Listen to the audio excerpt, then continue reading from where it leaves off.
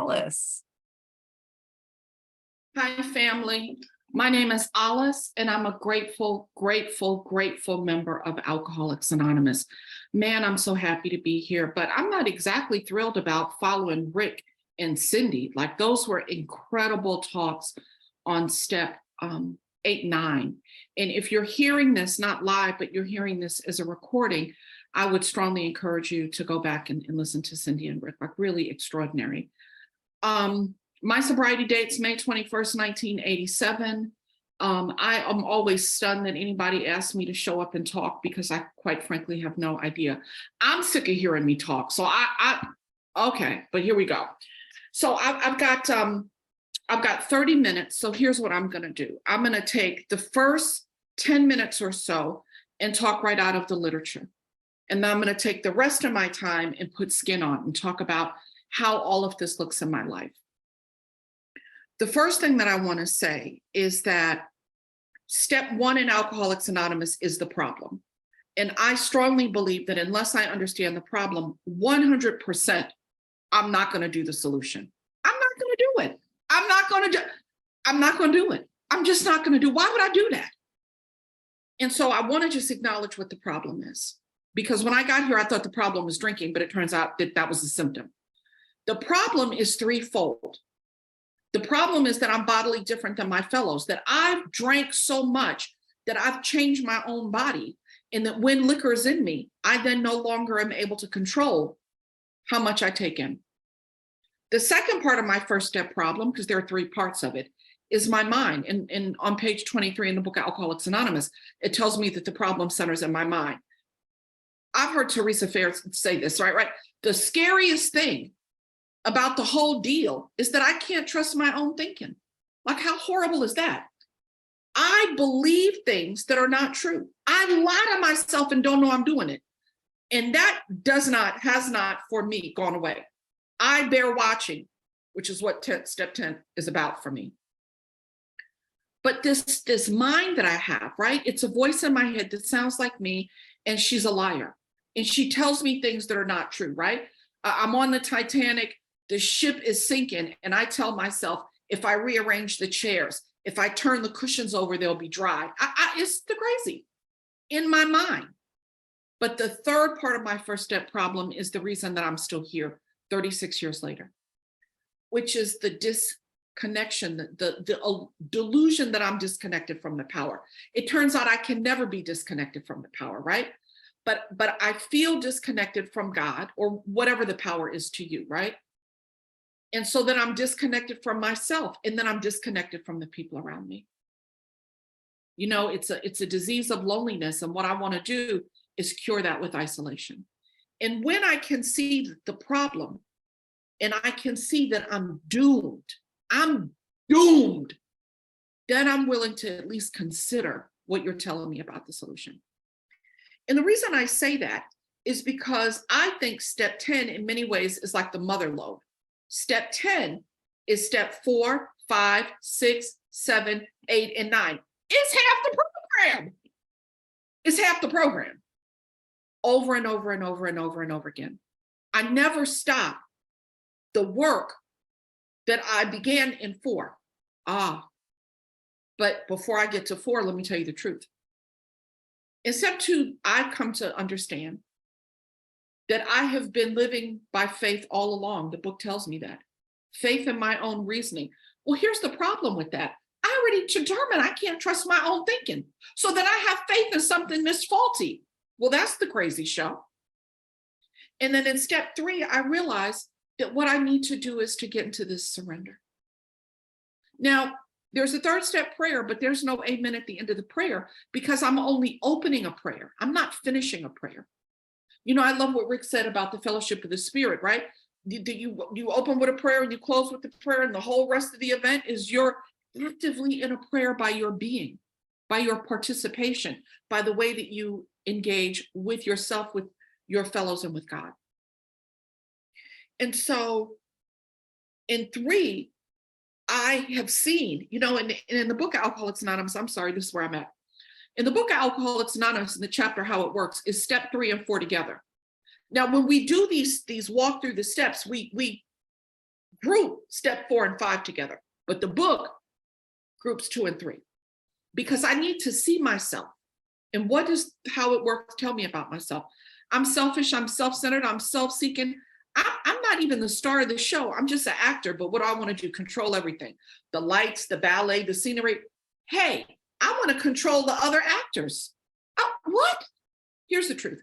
I couldn't control what I put in my own mouth. How am I control a whole nother person? But I can't see that because I think, you know, I sponsor, and that means I read the book, right? Man, War Fever ran high. I read War Fever ran high today, right? War Fever ran high. And when you go and you really read it, you can really see the hell that Bill is in. You know, my sumptuous apartment, people followed my advice to the tune, like this need to get validated by something outside me. Cyndi talked about it. That if my amends to you is because I need to validate myself through the amends with you, then that's all. That's not what we're doing here. And so I can see in 3 that the problem really is my bondage to myself. The horror of standing in the middle of my life and only seeing things from my point of view, which admittedly is twisted and flawed, admittedly. And I'm trapped there, bondage. And so then I go on and I move in the prayer that I opened in 3 with 4, 5, 6, and then I close it in 7. But then I do the work that they just talked about, right? I do that honest work that Rick and Cyndi have talked about. That, you know, I love the way that Rick said it. I do things I don't want to do to get stuff I didn't even know I wanted. Yeah, that's what I do. And then I get to 10. So here we are, 10. So 10 in the book of Alcoholics Anonymous, even though it's, I'd argue half the steps, right? It only takes up a page, and it's on page 84, the middle of the page. This thought, which thought? The thought of the 9-step promises. And what I think is beautiful about the 9-step promises is that the 9-step promises open with the word if we are painstaking. You see, my friends, is conditional. Do the work or don't do the work. But if you're painstaking, not doing what is comfortable, not doing what I want to do, if I'm painstaking. And then how do the 9-step promises end? Oh, I'm going to read it to you. Are these extravagant promises? We think that. They are being fulfilled among us, sometimes quickly, sometimes slowly. They will always materialize. When? If we work for them. And the thing that I love about if, my favorite word in the big book, is because if gives me the power of choice, the exercise of the free will that I've been given. If I do the work, I can be free. If I don't do the work, I can be here and be dry. I can have sobriety, right? And let me just say, nobody really wants that. I actually think it's worse to not drink and be here and be miserable, right? No. But this not, y'all not gonna like this. The young people, sorry if you knew, sorry. Cyndi talked about it. I can only recover at the pace that I'm capable of recovering at. And I can't see all of my problems at once. I blow my brains out. And I can't make all my amends at once. I can't do an exhaustive inventory at once. It comes to me gradually as I am ready. It's a lifelong process. So then this thought brings us to 10. The thought that life can be amazing if you work for it. That's the thought. Life can be extraordinary if you work for it. Extraordinary if you work for it. Then it tells me, which suggests, now I'm not going to tell you what to do, but if you want what I want, this is what I did. That's you could do the Chinese menu in Alcoholics Anonymous, right? Certainly I've done that. I'm not going to deny you the chance to do it, right? Oh, I'll do this and I'll do this and I'll do that. We're talking about it. That I'm going to take what I like and leave the rest. No. I mean, you could do that, but it's misery. It's misery. It says, we continue, I think that's the word, to take personal inventory. And we continue, they use continue twice, so that you're not confused. I continue to look at myself, unceasing, unsparing self-evaluation. And I continue to set things right. I continue. when does continue end? Continue don't end. And then if you're confused about that, it says that we vigorously commence this way of living. When I got to Alcoholics Anonymous, it was a thing I did on the side. You know, I got here, I was 26. I still had on my teeth. I was going to get a new outfit and a new job and a new relationship, and I was going to shake the spot. I got here and there was a bunch, you know, I'm a young Black woman and there was a bunch of all white men. And I was like, absolutely, I'm not saying. And what is wrong with y'all? You've been here 10, 20 years. You've 8 or 12 steps. Come on, get it together, Grandpa. Because I didn't understand what this was. I thought it was a self-help program, but that's not what this is. It's a spiritual journey. And it gets deeper and richer and more beautiful and more profound if you do the work. Now you can come on here, Rick talked about it. Look, I wrote down good notes. Rick said that you carry the message, not in the way you talk, not in what you say, but in what you do. Oh, that's hard. Oh, that's hard. But here's one of the tricks of Alcoholics Anonymous, which is why I don't really like speaking. Because I think you can get caught up in talking and think that you're somebody. I'm another bozo on the bus, man. I intentionally come to meetings and talk about my crazy so that you can know that that's what it is. Not to say to people it doesn't get better. You don't know how crazy I was when I got here. I'm not as crazy as I was. Oh, but I'm still crazy. And it's okay. It's okay. It says we enter the world of the spirit. Oh, man. I'm going to give you an example. People have maybe heard me talk about this. I go in April to a place, Oakland, California, where I got sober. And there have been a series of, climate change. There have been a series of very odd weather issues. There was a cyclone in Oakland, California. And so there's water intrusion in the house and it's all this stuff. And I go and I'm going above and beyond what needs to be done to remedy some water damage in an apartment in a house that I own. And the guy the tenant is not being cooperative. See, because I have a story in my head, which is where all problems generate from. Yeah. The problem centers in my mind. So that I'm coming in and I'm replacing stuff and I'm nice. It's lovely. Like I live there, right? And he's like, oh, I'm sorry, I'm not available. I have to go to a football game. Excuse me, sir? And I get funky. And here's the thing about me.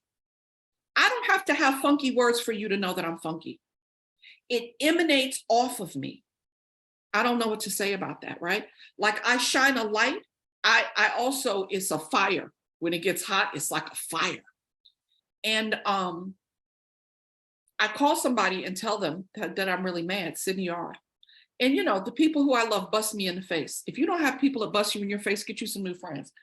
She bust me, like to the white meat, like blood didn't even come for a while. Like I was like, I think I've been hit. I said, well, I'm mad and I don't understand. Like, I'm just, how dare he? I don't understand. And she said, well, what do you want to understand, baby? And I was like, all of it. And then she was like, and this is it. This is it right here, the world of the spirit. Alice, you are standing in all the blessings. You own the house. You have the money. You have the car. You're standing in all the blessings that God gave you. That God gave you. And how can you be mad at the guy? What are you talking about? You're living in the abundance. In order to see that, I have to move from the human world to the spirit world. Because in the human world, 1 and 1 is 2. And how dare you? See, because I'm the judge, I'm the jury, I'm the executioner. In the book, it talks about all those forms of self. I don't have self-loathing real bad. I don't have self-pity real bad. But you know what I got? Self-righteousness. Oh, it's horrible. It's just horrible. And it's the same thing, just with a different face on it. So I'm not saying that like one is better than the other. It's just a different form of crazy. And then I could see how God had made me able to shine the light onto other souls. And rather than shine the light when the guy is afraid, right? Instead of doing that, I'm snippy. I'm judgmental. I'm unkind. I'm impatient. Oh, no, baby. See, love and tolerance is our code. And in order for me to be loving and to be tolerant, I must leave the human domain and move into the spirit domain. Because absent that surrender, that focus on God, I love the story about, like, you've been in Alcoholics Anonymous a long time. What you get? A few seconds, enough time to pause. That's hard, to move from my will to God's will. That's the world of the spirit. Let me keep going. I'm on page 84 of the book of Alcoholics Anonymous. It says it's not an overnight matter. It's not. Man, and then let me also say this. It's not even linear for me. It's not even linear. Sometimes I'm doing great. Sometimes not so good. Sometimes I'm doing great. Sometimes not so good.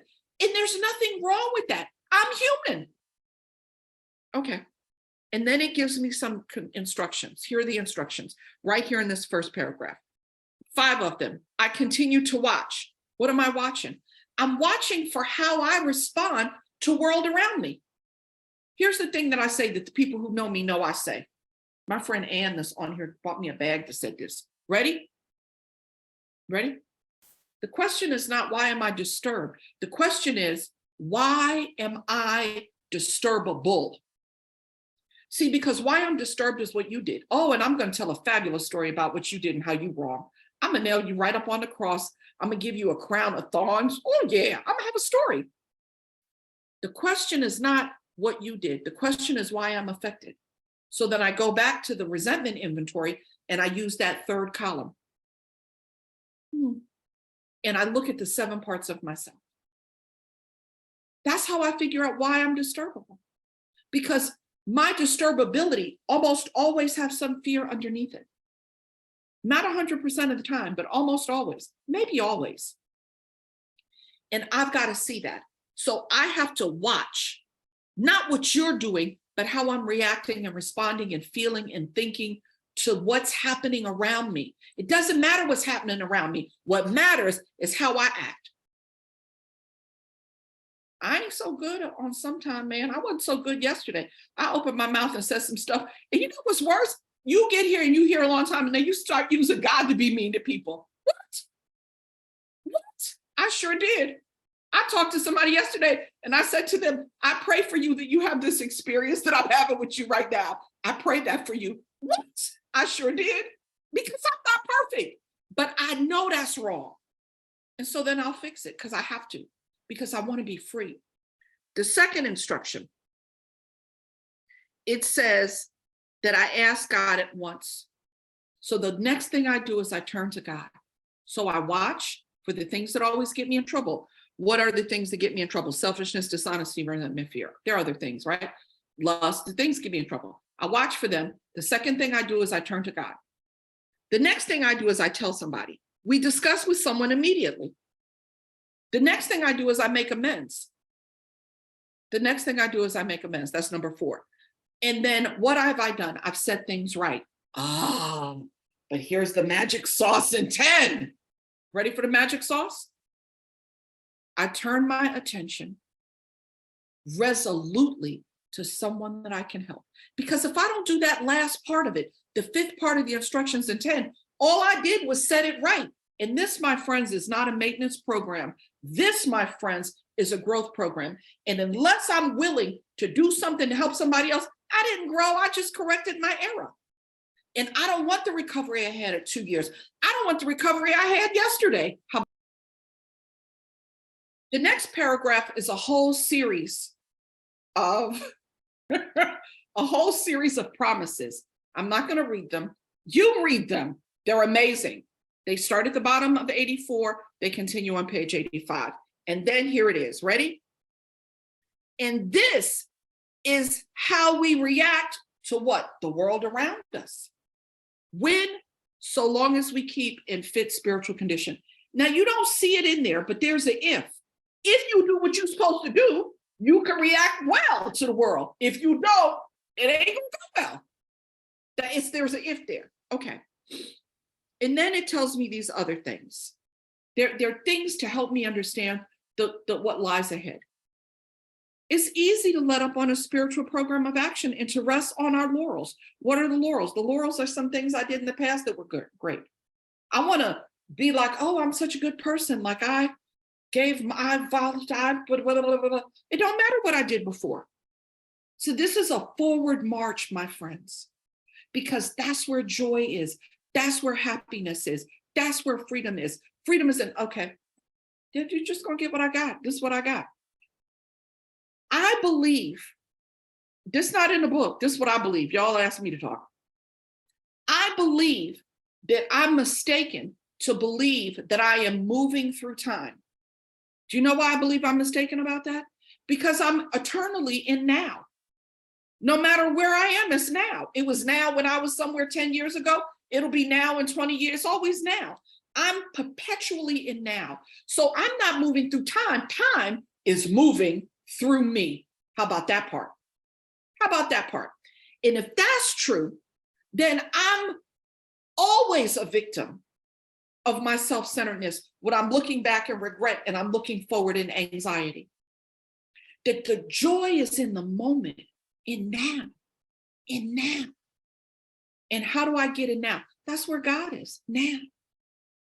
And so it requires that I not let up, that I keep trying to be present and to be of service to God and the people around me. And it says we're headed for trouble if we do let up on the program, because alcohol is subtle. See, alcohol is going to tell me to not keep my knees pressed together. Y'all should know what that means. It's going to tell me to spend some money I don't have. It's going to tell me to talk to people crazy. It's going to tell me some things. I'm diabetic. You know what it says? Go to Costco and get some cookies. It's going to, right? That I have to say, because when I'm not fit and I don't feel good, I'm going to seek ease and comfort outside myself, and it never works out for me. Y'all think I'm kidding. I'm telling you the truth. I'm not cured of alcoholism. See, I'm recovered from a seemingly hopeless state of mind and body, but I'm not cured. And don't be confused. I'm not recovering. I mean, maybe from some stuff, but not from alcoholism. What I am not cured, but I now have all the tools that I need to live in the sunlight. You got them too. They right here in the book. What we really have is daily reprieve contingent on the maintenance of our spiritual condition. Every day is a day that we must. You know, we'd be like, oh, AA has suggested. It's a day that we must carry the vision of God's will into all of our activities. Some of our activities, I got to Alcoholics Anonymous, I was willing to surrender my drinking, but I didn't want to surrender my finances and my sex life. I mean, you don't go too far, but all of my activities, all of them. Yeah. I mean, after all, God knows what we're doing all the time, guys. There's no hiding. So how do I best serve thee? Thy will might not be done, right? Over and over and over, the book tells us this. Okay, I want to go to the 12 and 12. I only want to talk about two things in the 12 and 12. That's what I'm going to do. So on page 92 of the 12 and 12, I have this circled because here's the deal. You ready? Finally, I love that Bill is funny. Finally, I mean, good Lord, girl, how long did it take you?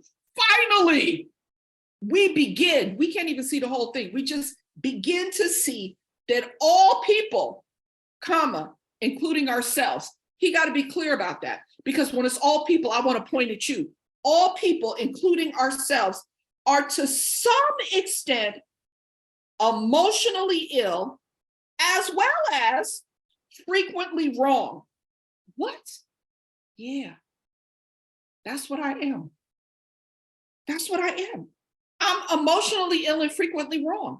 Now, I don't think that in the moment when I'm judging you. I don't think that in the moment when I'm assassinating in my mind your character. I don't think that when you know what I mean? When I want the shortcut, when I want it my way, when how dare you, when I want to talk. That's not what I'm thinking, which is why I need them few seconds to get from my will to God's will, so that I can see myself. Unceasing, unsparing self-evaluation. That's what I got to have. So that I can see that I am occasionally, no. I am to some extent emotionally ill. Now, this makes me laugh because it makes me go back to the doctor's opinion. And in the doctor's opinion, Bill says, it's not all written by Silky. Bill says that we're like, what does he say? Thank you. We're in full flight from reality. We're outright mental defectives, right? He says that's true for some of us to some extent. In fact, for many of us to a great extent. He says something like that. And that's what this makes me think. To some extent, to a great extent, I am emotionally ill and frequently wrong. Then we approach true tolerance, and see what real love for our fellows actually means. You see, it takes me back to the sick man prayer, right? That the sick man prayer is not for the sick man prayer is for me. And when I can see that, like the sick man, I'm sick too, then I can be more kind and more forgiving and more patient and more, what's the word here? True tolerance. I can really love people. They don't need to be perfect because I'm not. So here's my defect. I have many, but here's the one I want to talk about. I got busted in the face about this morning by my sponsor. If you and I are in any kind of engagement and you do something that is sus to me, if the math don't math, if the math ain't mathing, I'm gonna just cut and run. I just need to tell you that. I'm just gonna cut and run. I'm just gonna stop messing with you. I'm gonna shake the spot. I'm gonna ghost you, all them things. And today, my sponsor said, well, Alice, that's not loving. That's not kind. I was like, well, it don't feel safe. Well, if God got you, then what's you worried about? And I had to really, and then Cyndi said something that, like, thank you, Cyndi, for punching me in the face on that. She said something and I could see it. And I had to text somebody and say, I'm sorry that I've been absent. Hopefully we can connect soon. Because when I get uncomfortable, God's already protecting me. I'm safe and protected. I don't have to shake the spot. People don't need to be perfect for me to love them. Because I'm not perfect and I want to be loved. Okay, I'm going to stop at this, page 93. We can try to stop making unreasonable demands upon those we love. This is grown-up stuff here, y'all. We can show kindness where we had shown none. This is easy to do when you like the people and they do what you want, and right? That's not what this is talking about. This is talking about to everybody. This 10-step in the 12 and 12 is a beautiful piece of literature. And Bill says, so this is what you want to do. You want to love a couple people, hate a couple people, and ignore everybody else. What kind of life is that? And so this is like, expand your net, baby. Think of everyone, cover everyone with this. We try to stop making unreasonable demands on the people we love.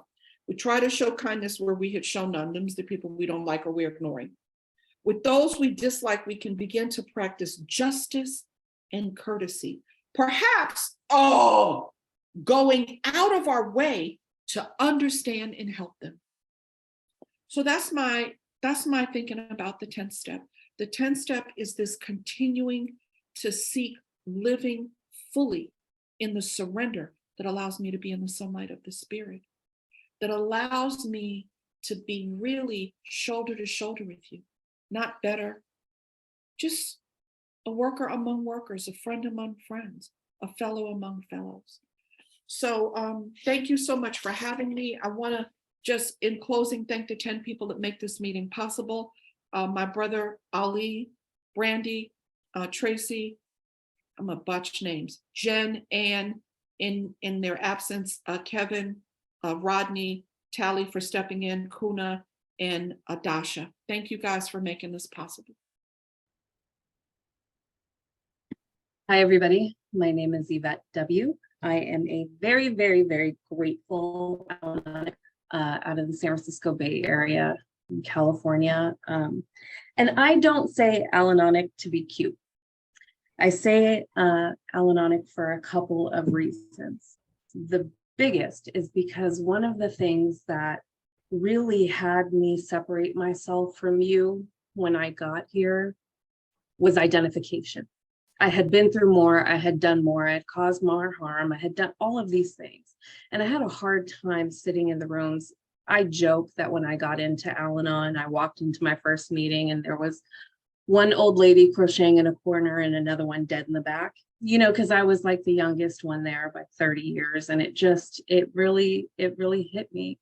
And I asked a longtime member of AA after I'd been here for a few years, you know, how come we didn't get that? I was just so mad. We didn't have promises. We didn't have coffee. We didn't have cigarettes in the front. I wanted all of those things. And so I was like, you know, we don't even say, you know, and he goes, well, we say it not just to identify, but it's so other people get identification.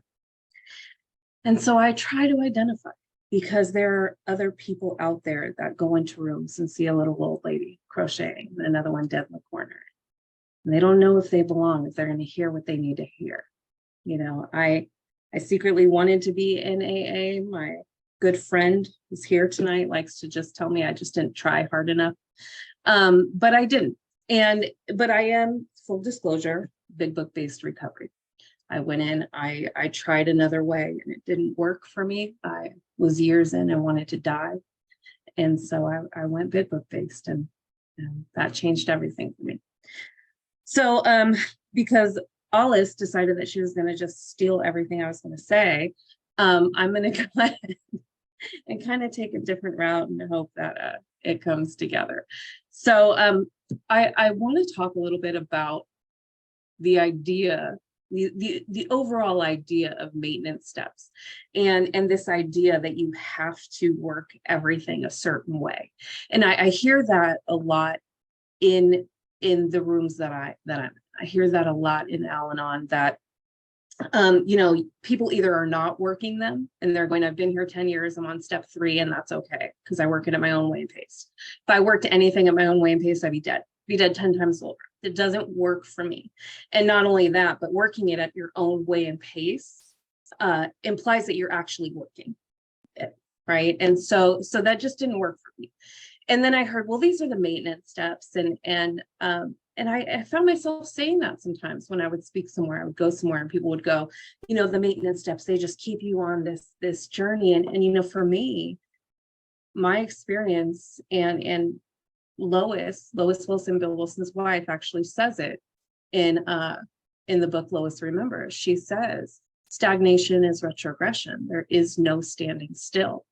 And so if I'm just maintaining, I'm standing still, which, and in my experience, tenfold says I am incapable of doing that. That anytime I stand still for more than half a second in my program, anytime I rest on my laurels, I am backpedaling all the way. And before you know it, I'm drowning. And when I drown, and I take everybody around me down with me. And I want to also really quickly talk about, the absolutes. Like we are gifted that the big book of Alcoholics Anonymous details out exactly what you need to do a 10-step practice. It is a gift. It is a luxury, right? But make no mistake about it. There are no absolutes. They say there are no musts in the program, and they're not. But if you want what other people have, then you got to be willing to do what they do. And for my first 3 or 4 years, I was not. And that's just the reality. I wanted 12-step recovery on one step. And that was step 1, as I understood it. And step 1, as I understood it at the time, was everyone in my life is powerless over alcohol, and my wife had become unmanageable. And that's how I wanted to base my entire program. I wanted to base my entire program on the unmanageability of other people. And that's just not, I got exactly that because I got a program that went around the unmanageability of other people. And today I see things very differently. And the way I see it today is that the 12-step promises me spiritual awakening as a result of these steps. I don't get to work 11 of those steps and then say I have 12-step recovery in my life. I don't get to complain about how horrible my life is because the steps are not working the way that they used to when I have 11 steps going on in my life. And for me, the 10th step is always what I put down first because it requires humility. It requires me going to another person, somebody who may not even say a word to me, and telling them, I think I have so much recovery. I think I'm doing so much better than this. And look at all of the ways that I am not. And that is really hard for me. I am somebody who is prone to anger. That's like my go-to. I am quick to cuss people out. It's fun sometimes. I used to drive around in my car back when they had ashtrays and like it had pennies in it because I would just chuck them at people. And that was okay for me, right? But calling somebody and doing the big V word, like vulnerable in any way, not okay for me. And especially if that person, if I go, I called so-and-so, and then she had the nerve to tell me I couldn't speak to her like that. Like all of a sudden I'm the victim in this situation. And to have somebody who may just tell me, Evette, have you considered that you are A, B, C, D, E, F, G? I don't want to hear it, because sometimes I just want to be mad and I just want to be wrong. And then I want to be a victim about all of it. Right. And so I don't want to reach out to other people. And then I find that when I do reach out, I want to reach out to the people that are going to join my committee. Right. And the instructions in the big book tell us to reach out to somebody else. Right. Similar to God, myself, and another human being. Right. So I have to I have to humble myself enough to call somebody else. I have to tell them that I am completely giving into defects. I have to listen if they give me any considerations. Then I have to go and apologize, and I have to go help somebody else. Like 10 out of 10, do not recommend. Like completely, I just don't want to. And I'm gonna tell you guys a quick story. I used to work with a girl, and I hated her, as one does.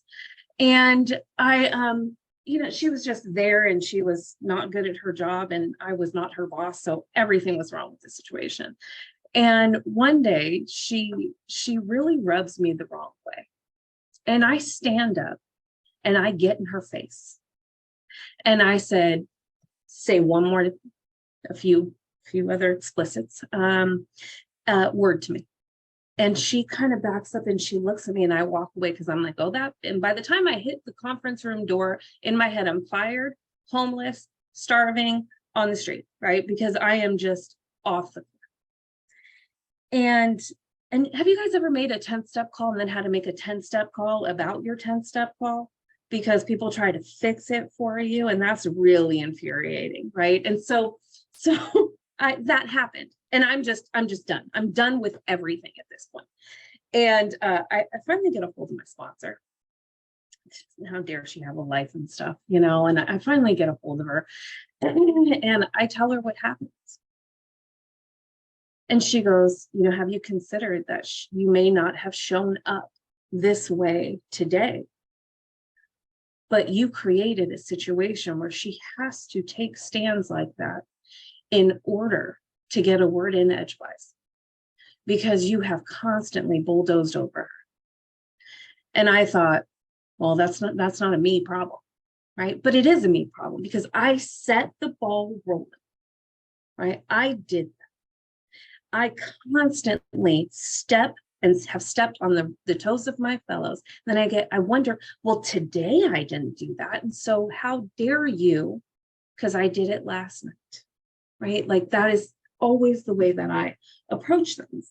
And so I tell her this, and she goes, no. Nice try, but no. And then and so we finished talking now, and she goes, okay, well, now you're gonna go turn your thoughts. And I go, yeah. And I say something sarcastic, as one does.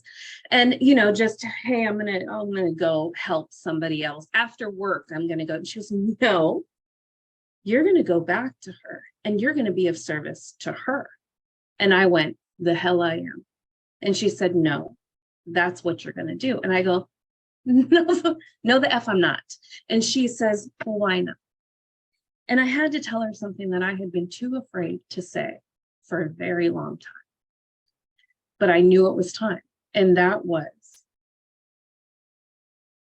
because she had asked me, how would God have me be in this moment? And I knew that God would have me go in, make an apology, be kind, and ask if there was anything that I can do to make it right. I knew that, but I didn't want it. Online. And that's just the truth of the matter. I didn't want to. And so I finally told her,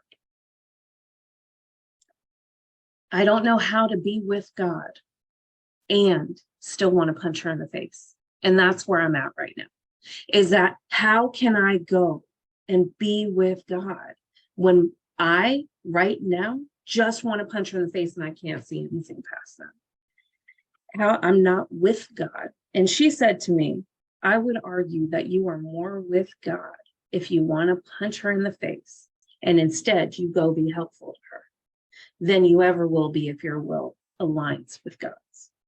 And that made sense to me. And it was the first time that something like that made sense to me. And so I did go to her. I bought her lunch. I apologized. I sat down, provided some comedic relief. And ever since, and our relationship was not great after that. But there was a mutual respect that was not there before that. And I no longer walked into the office every day waiting for her to say something or do something or throw something in my face, because it was gone. And I did nothing to make it gone except show up and just be honest that that was not who I wanted to be.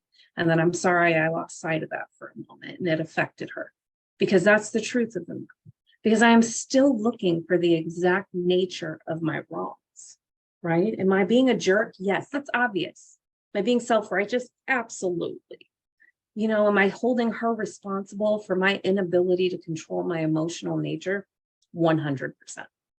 But the exact nature is that I am in complete and utter fear that she thinks she's better than me, and now everybody here is going to know it. And that's why I do what I do. Not because I care that she said something smart to me. It's because in that moment, all I heard was her telling me how better than me she was. And I believed her, and I reacted as such. And that's what I do. That is just what I do. So I kind of, because now I can't read the big book word for word, like, you know, because somebody else already covered it. So selfish.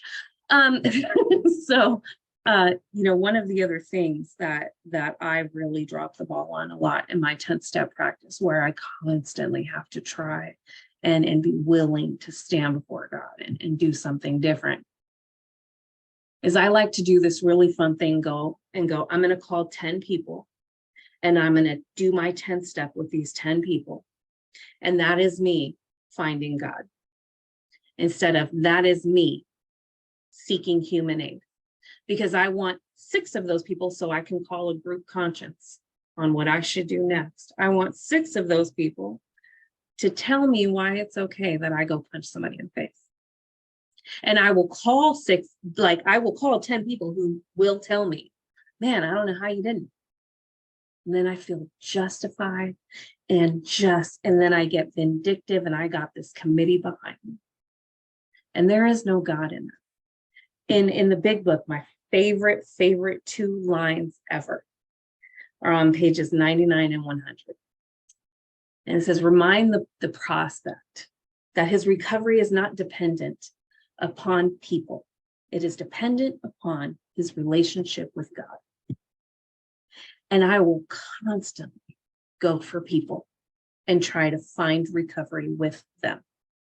And I will ignore anything that may have me need to show up with God, because I don't want to do that. I can't get what I want and be with God.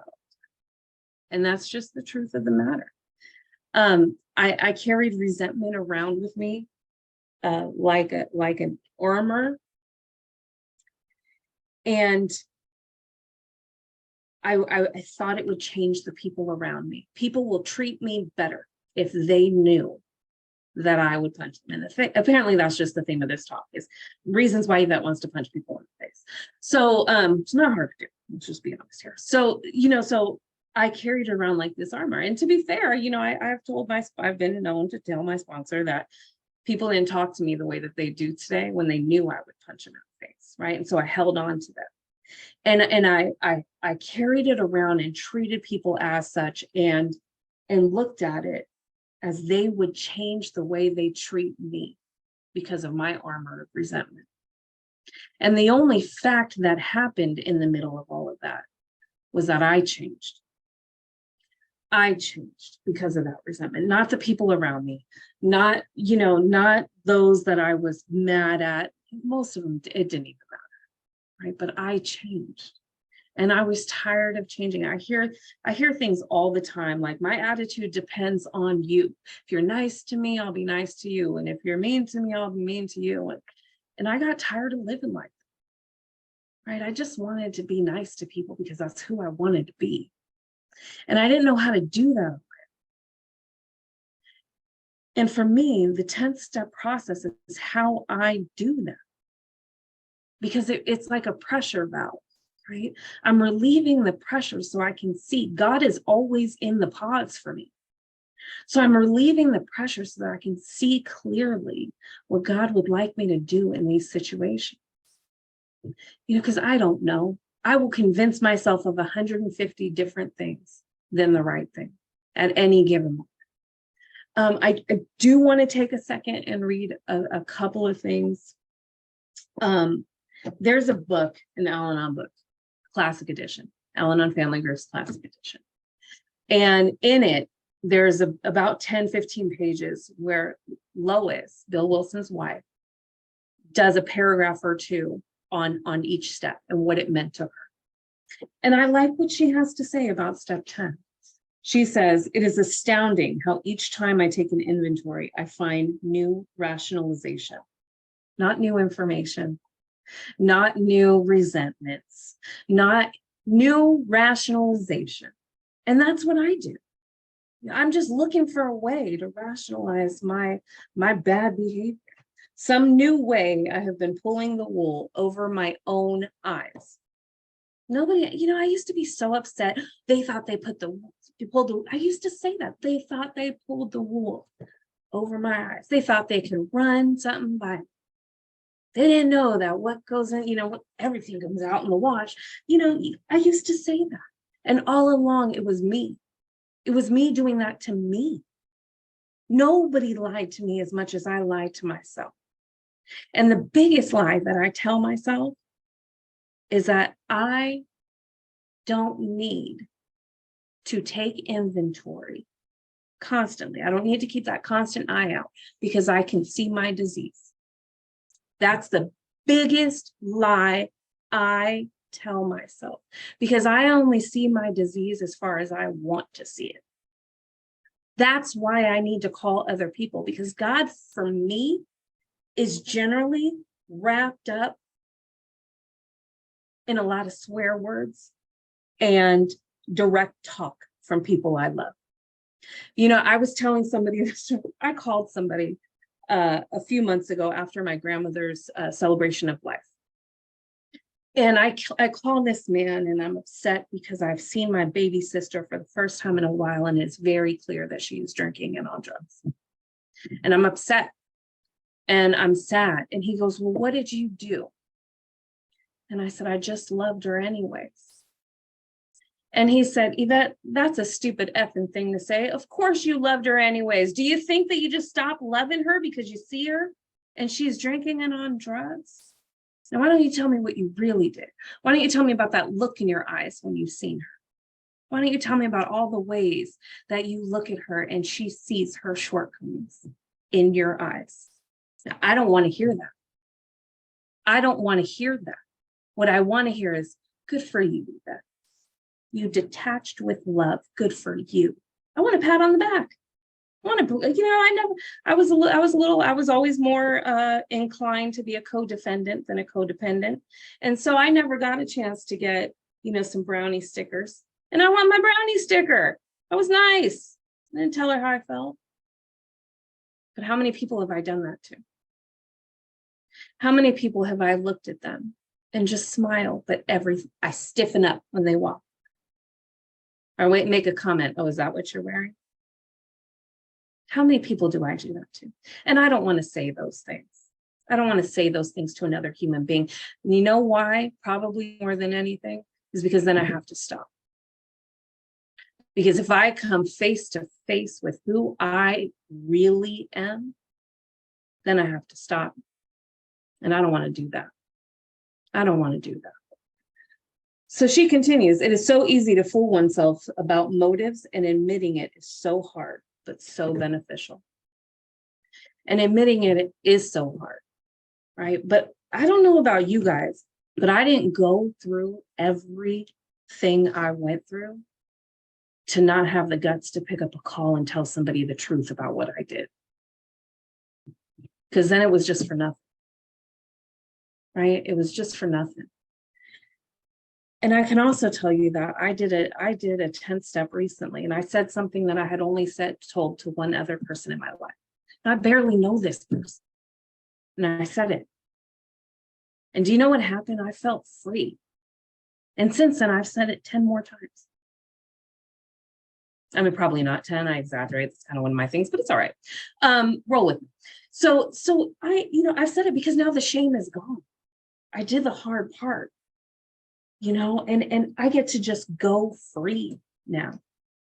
And I'll tell you, that's what I find more than anything else when I actually practice a full step 10 from start to finish, is that I get a reward that's far more than I ever deserve. And I don't say that self-pity martyr victim. I say that because I know who I was. And I know the harms that I've caused. And I know that the person that I am today gets a life that woman didn't deserve. It doesn't mean I am mad at her. It doesn't mean that, I'm pitying who I used to be or anything. It all got me here. And I get a life because of this practice that is far more than I ever deserve. And I'm okay with that. There is something that I think, at least in the rooms that I'm in, I don't hear a whole lot of the ramifications of not doing this step. I don't hear a whole lot of, I haven't made a 10-step call in 2 years and my life is now unmanageable. I don't hear that very often. I hear a lot of everything is great. This steps, so everything saved my life and now things are great. And somebody who's been around a long time, after I spoke one of the first times, she said to me, Evette, you talk about what it was like, and you got a lot of what it was like. And you talk about what you're like now, and you got a lot of what you were like now. But how come you don't ever share your struggle? And it's because people are willing to say those hard things to me that I recognize the false humility in a lot of my interactions. That I recognize that I don't always share the bad things. And then when nobody's there for me through them, I get to play the victim because nobody's called. And more often than not, it's because I don't make calls like this. I don't reach out to other people and say, I'm struggling and I don't know what to do. And then I walk into meetings and what I'm about to read to you happens and I'm pissed. How dare all of you guys sit here and do this when I'm dying, when people are dying, right? I'm just mad because I haven't relieved the pressure. And we have a daily reader, one day at a time. It's a sad day for an Al-Anon group when its members settle down into old-timer status and the meetings are mere get-togethers for a bit of chatting and gossip. That's what happens to me when I stop doing step 10s. Thank you. That's what happens to me, is I go to meetings and it is no longer about the solution. I go to meetings and I just want to chat. I just want to sit there and I want to tell everybody what I've been doing, how everything's great, what's all going on. And I stop carrying the solution. Do I think about the newcomer? Absolutely not. Do I think about the me in the room that's dying and just needs to hear a message of recovery? Absolutely not. Because I will do anything to convince the people around me that I'm great. When fact of the matter is, the first indication that I am in fact not great is that I haven't made any 10-step calls. And I'm lucky enough to belong to a group where there's about 100 women and that we're all in the same sponsorship line. And I made myself a promise that if ever I go to that group and I ask if there is anybody available for a 10-step call, that I will call whoever the first person is, that is who God would like me to call. And anything else is my judgment of who I should talk to. And I don't have good judgment. I know, right? So I do. And do you want to know how much it sucks to tell somebody you really don't like what you did wrong that day? You want to talk about humility? Oh my, I find myself wanting to call people and lie about why I needed a 10-step so that they won't. These are people I don't even like. And I'm sitting here worried about what they're going to think about me, or the times that when somebody reaches out to me and I don't want to answer because of who it is. that I may be robbing somebody of a message that God needs them to hear. You know, and I know that this is a step 10 talk, but I'll tell you, I heard a powerful step 1, 2, 3. I'm sorry, tradition 1, 2, 3 thing. And they said, don't ever say anything in the rooms that would stop somebody from reaching out to you when they meet somebody. The rest doesn't matter. Because then you stand in between them and God. And I'm not willing to do that. But yet I think I can just shit on people, excuse my French, and that all will be well. The last thing, so in short, if you heard nothing else, hear that I am a mess with this step, and I am just a absolute S show without it. And then also everything that the first 3 people said, I said that too. And then the final thing that I'm going to say is actually from the 3rd edition of the big book, and it's one of my most favorite things. On page 394, about halfway down, says, I wish I can tell you all that AA has done for me, all that I think and feel about AA, but it's something I have experienced and have never been able to put into words. I know that I must work at it as long as I live. I know that it is only by working at it that I can stay sober and have a happy life. It is an endless career. And then at the end of it, it says, the words of Dr. Bob and Bill are with me all the time. Dr. Bob said, love and service keeps us dry. And Bill said, always we must remember that our duty is face-to-face help for the alcoholic who still suffers. Dr. Bob tells about keeping it simple and not to loosen up. It is the last thing I ever heard him say.